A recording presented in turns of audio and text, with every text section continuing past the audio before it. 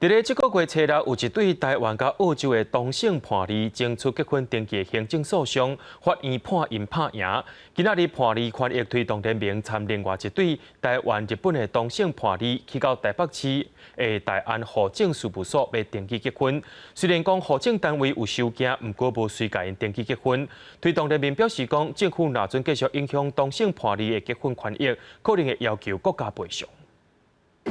台湾籍的阿秋甲日本籍的阿里，透早就到大安户政事务所要办理结婚登记。过去因北户政机关来拒绝，不过初六，另外一对台湾澳门的同婚伴侣要求登记结婚的案件，伫法院胜诉了后，互因阁感觉 有希望。其实我们双方的家人都知道我们的情况，也都接受我们在一起的这件事情，所以还是希望说，可以在就是法律上面其实是有一个承认的。 大安户政事务所用特殊案件接受因的申请，但是还未决定敢要核准因的登记。陪同的伴侣名表示，过去全国户政单位是照内政部的函释，只要有一边的关心国家无通过同婚，就无法度伫台湾登记结婚。不过自今年3月， 基家威甲马来西亚交生案，大安户政事务所红判败诉；到台澳同婚案，中正户政事务所嘛败诉。法院拢明确指出，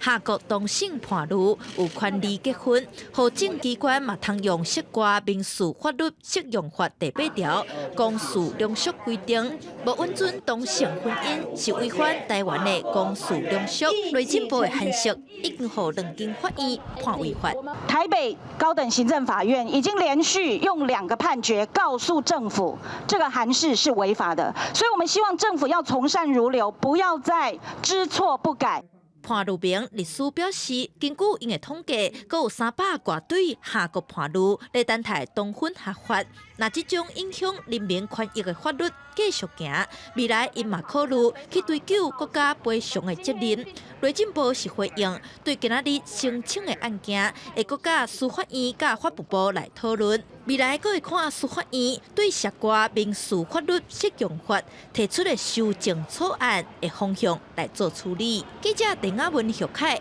台北报道。